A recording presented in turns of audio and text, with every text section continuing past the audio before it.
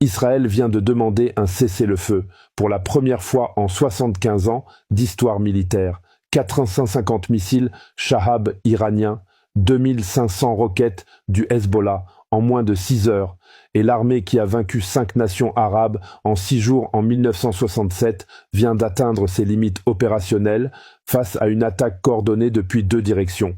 Washington a reçu la nouvelle à 3h42 du matin. La salle de crise s'est remplie en quelques minutes.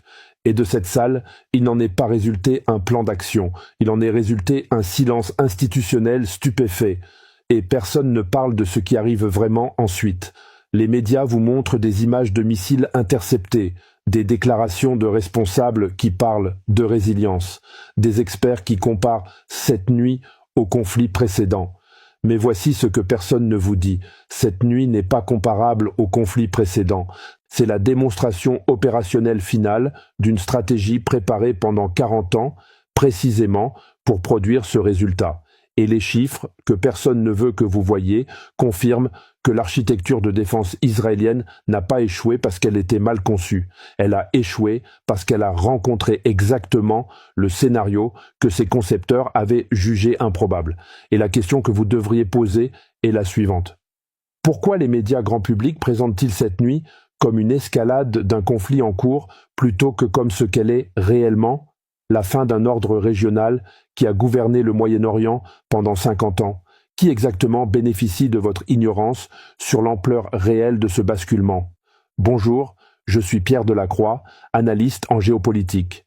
Je décrypte pour vous les faits et les stratégies derrière chaque événement mondial. Si cette analyse vous ouvre les yeux, likez pour soutenir la chaîne et restez informés. Aujourd'hui, je vais vous montrer exactement comment 450 missiles et 2500 roquettes ont brisé simultanément les 2 garanties fondamentales sur lesquelles reposait l'ordre moyen-oriental depuis 1973, parce que comprendre cette nuit, c'est comprendre dans quel monde nous vivons désormais.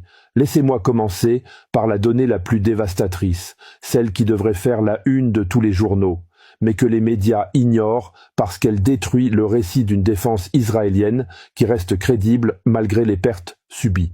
Au moment de la transmission de la demande de cessez-le-feu, les batteries Arrow 3 israéliennes avaient épuisé environ 70% de leurs intercepteurs. Mais ce chiffre seul ne dit pas tout. Les batteries David's Sling se trouvaient dans une situation similaire. Les batteries Iron Dome, dans la région métropolitaine de Tel Aviv, avaient consommé leurs intercepteurs opérationnels et étaient en cycle de rechargement. Ces cycles de rechargement créent des interruptions de couverture de 4 à 8 minutes. 4 à 8 minutes sans défense aérienne au-dessus de Tel Aviv pendant un bombardement continu.